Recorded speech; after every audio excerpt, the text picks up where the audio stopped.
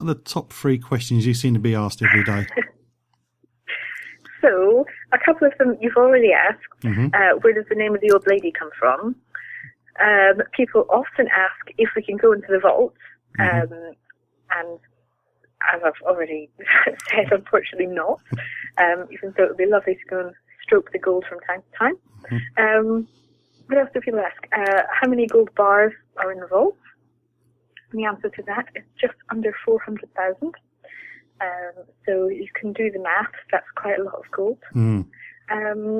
The other questions people often ask how coins are made. But we have to say that's not something that we do. We make banknotes, but not coins. It's the Royal Mint who makes coins. But last, but probably most frequent, is the question, can I have a free sample? And the answer to that is no, always. It must be tough to keep a nice, placid and calm expression when you get asked about the free samples. Oh, well, and anyone's going to give it a try, aren't they? So you said we can find out more about the museum from the website. What's the web address? The web address is www.bankofengland.co.uk/museum. But you can also find out more about us. You can follow us on Twitter, on Instagram, so that's at BOE Museum, and we're also on Facebook. Okay, great. Thanks for your time. You can keep up to date with travel news and leave me a message at facebook.com/John Guinn Travel Show. Still to come on the show, the tips from ABTA on how to avoid scams when you're booking your next holiday. But now my second guest, Frank Breheny from Holiday Travel Watch. As I always say when I introduce Frank onto the show, I used to do presentations to groups and organisations on how to use the internet to research and book holidays. And I always opened up by saying, if you don't make a note of anything else I say today, make a note of this website, which is Holiday Travel Watch's website, because they have some great advice on what to look out for before you book and offer advice on what to do if you have a problem with your holiday and the travel company's not playing ball in trying to solve the problem. If you haven't come across Holiday Travel Watch before, the first thing Frank's going to be talking about is why it was set up and what it does. Well, Holiday Travel Watch has just celebrated its 22nd year of operation, set up by a housewife and superstar, if you like, from Birmingham, who had a problem holiday, gathered a list of over 100 people when she was in the Caribbean, and was the first person and the first group to actually use the then fledgling package travel regulations to try and right the wrongs of the problems on their holiday, because many of them came back with notifiable diseases. And it was from that that she found that she acquired a helpline, and she became popular in the press and the media because she was talking about obviously problems in holidays and also politically. And so from that, she started to develop a helpline to help people with their travel problems.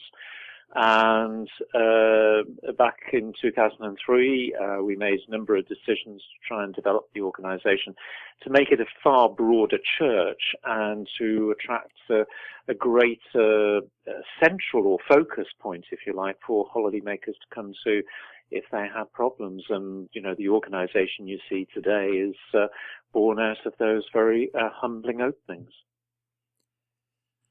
With the reorganisation and restructure, you would have seen a spike, I guess, of complaints. Did that level off and start to tail down as travel companies got their acts together? Or do you find year on year the complaints are going up?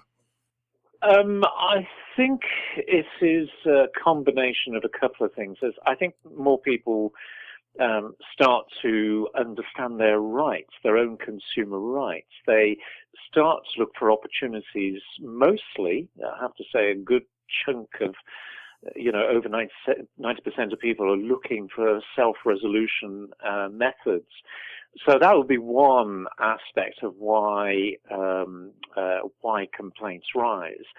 It also rises through peaks and troughs, if you like, where, say, for example, travel companies become very motivated to spend more on, say, for example, health and safety. Then you see a drop-off on accidents and illness, but you may see a rise in the delivery of the contract itself, or booking problems, that kind of thing.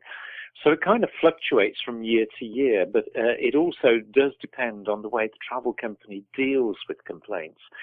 So, just to give you an example, in years gone by, there was one hotel in Turkey. For 6 years following each other, the tour company did not do anything to resolve the extensive illness problems in this particular hotel. And as a result, it ended up with a very small number of holidaymakers initially making complaints to literally hundreds of holidaymakers making complaints. And that was a really good lesson to a travel company. You nip a problem in the bud. You find out what the cause is and you nip it in the bud and you deal with the complaints as is. You don't let it run for 6 years. And so you have those kind of peaks and troughs and those kind of factors coming in. As I say, it's the rise of people understanding what their consumer rights are. Does finding out more about their consumer rights have anything to do with the adverts you see on Facebook and Twitter and everywhere, people asking people if they've been ill on holiday? Is that driving people up? Is that making people take the mickey? I think in the first instance, I don't think it has. I don't think these companies arise directly from a greater knowledge of consumer rights. I think these companies are coming out of the woodwork simply because they see an opportunity. And effectively, like any organization that relies heavily on marketing methodology to attract business, they have found what they believe to be a niche and are actually out there hunting, if you like, for people to make claims. But my personal view is that as an organization, we haven't seen a rise, if you like, of claims being made to us. We have not either seen a fall, to say the least. I think, their activities are entirely different. As I'm sure you've probably read, John, some of the activities this past summer have been quite frankly shocking. To see photographs of branded ambulances, running around the countryside in the Canary Islands, seeking out people to make a claim is quite frankly disgusting. And equally, those who, consumers that is, those who are persuaded to actually make a claim when clearly there isn't one there, is equally disgusting. And I'm very clear about how I feel about this. I think, consumers need to be well aware that, there is plenty of criminal law in this country that can catch up with you, and you will go to prison for a long time. And frankly, a consumer who commits an act of fraud on something like this would not have my sympathy at all. And equally, those people who are active in resorts, don't think you've escaped the clutches of the legal system here in the UK, because I've got news for you too, because there is also a further act that you can be prosecuted for being party to the commission of a fraud. And you too can go to prison for a long time. So I'm very robust in my views about this. And equally, I'm also robust towards the travel companies who this summer have been warbling, if you like, on about all these fraudulent claims. We don't exactly know the numbers, but, I have a very clear message to travel companies and the like. If you suspect somebody is committing a fraud, report them to the police, because I certainly will. I certainly won't waste any time in it. And the consumers who've come to us to talk to us about the practices, the cold calling, the art of persuasion, if you like, we have helped consumers, because they have the names of these companies, we've helped consumers to make formal complaints to the Ministry of Justice about those activities. And as I say, we're not shy in coming forward on this. Everyone has a right to make a claim, but equally there is a responsibility when you make a claim. You need to give the person who you think has done wrong to you that opportunity to put things right. And if they don't put it right, yes, you do have an opportunity to go to law. but it's not something that you run into, and you certainly don't run into it easily. And one very important factor any consumer should remember is, in order to prove your case, and in civil law it's on the balance of probabilities, you have to have evidence. And if you don't have the evidence, then you're not going to be successful in your claim, no matter what anybody says. And if anybody says to any of your listeners, John, that, you know, you've been sick for, I don't know, 3 days, a week, or whatever it is, and you're going to get X thousands of pounds, for goodness sake, run away from them. Don't engage in any conversation with that kind of chat at all. You know, seek out independent advices. Take your time on these issues, subject to any limitation dates that you may be up against. But, you know, take your time and avoid companies like this. And I sincerely hope that the travel industry will start making the reports to the police and the Ministry of Justice, and, you know, support our actions in doing so. Checking it out before you check in on the John Guinn Travel Show on ukhealthradio.com.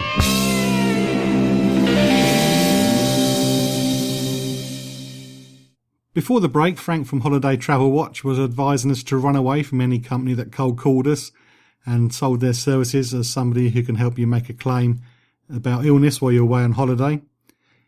But if you want to make a complaint, what should you do? Should you speak to somebody like Frank and Holiday Travel Watch, or can you do it on your own?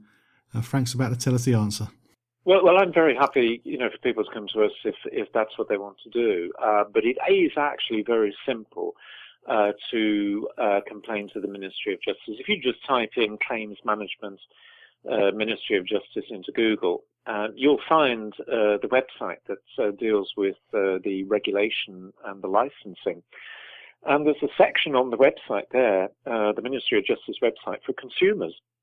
And you simply click onto there, and there is contact information and details on how you can bring information to the attention of the Ministry of Justice. And, you know, if you're one of the, what seems to be now like growing number of consumers who have been phoned up and, you know, asked if they were ill on holiday, it's a bit like the old road traffic accident phone calls we all used to get. Mm-hmm. You know, if you get calls like that, take a note of the name of the company, ask them the name of the company and where they're based. And when you get that information, just politely tell them you're reporting them to the Ministry of Justice.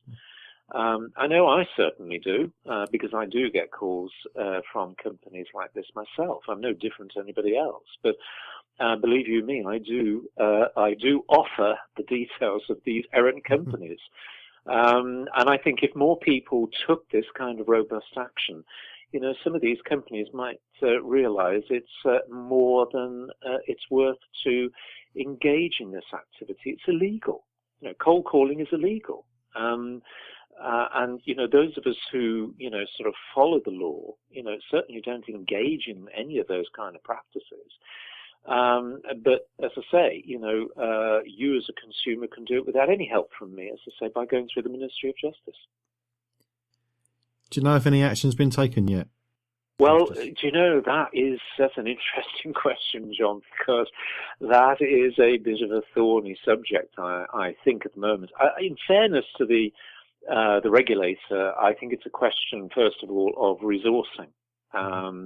Because this, I've been watching the growth of this for the last couple of years, but this summer really hit it, or the summer just gone really hit it.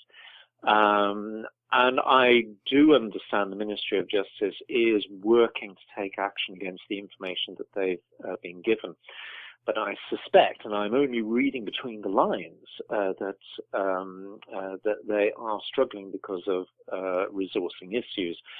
You know, and I would say my message to government is, if you really believe there's a compensation culture, which I don't believe, but if you really believe there is such a culture in existence, and you believe that these companies are breaking the law, then government, you need to resource this department adequately so that they can carry out the job, so that we can all see the extent of this so-called culture and how widespread it is. Because that is the difficulty at the moment. Nobody can actually determine the full extent of it. We just see the headlines. that these companies create by default. I'd be interested